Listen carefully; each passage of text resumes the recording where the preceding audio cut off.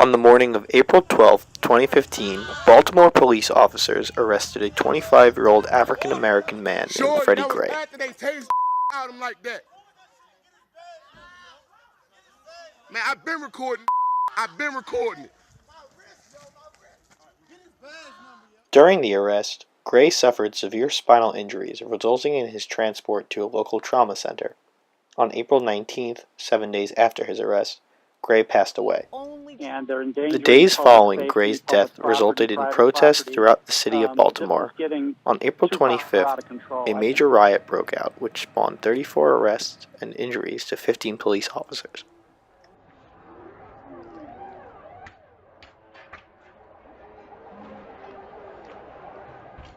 Protesters originally took to the streets peacefully in an attempt to spread a message about ending police terror toward African American and black civilians. For many years prior to the arrest of Freddie Gray, tension had been growing in the black community of Baltimore, from infrastructure problems and economic instability.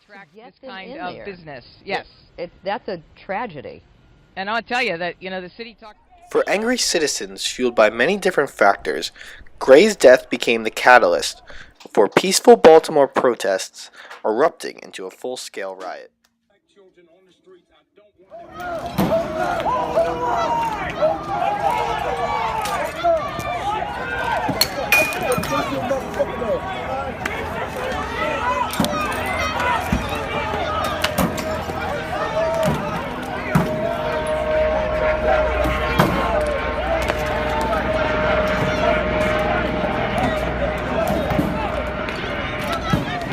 Video clip, you can see a local CVS, which was attacked by looters and dangerous protesters.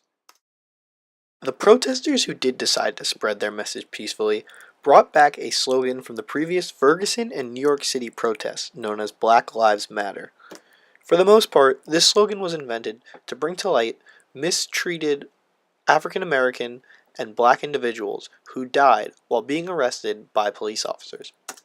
As of May 3rd, the citywide 8 p.m. curfew has been lifted, and all deployed National Guard soldiers who were sent in to protect the city have begun to be pulled out. In the wake of such a large riot, we can hope Baltimore will be able to recover safely and be more alert about their socioeconomic, racial, and infrastructural issues. By acknowledging these issues, the city and American civilians can work together to fix them. They just set the CVS on fire. The CVS at North Avenue and Pennsylvania Avenue, they just set that on fire. And what we were showing you earlier was a car. Does society really want to solve the problem? We could. It's just it would require everybody saying this is important, this is significant. And that we don't just pay attention to these communities when a CVS burns. And we don't just pay attention when a young man gets shot or has his spine snapped. But we're paying attention all the time because we consider those kids our kids and we think they're important and they shouldn't be living in poverty and violence. That's how I feel. I think there are a lot of good-meaning people around the country that feel that way, but that kind of political mobilization I think we haven't seen in quite some time.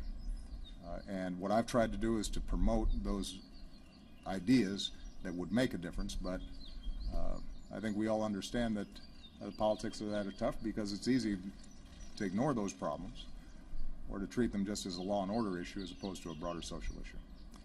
That was a really long answer, but I felt pretty strongly about it.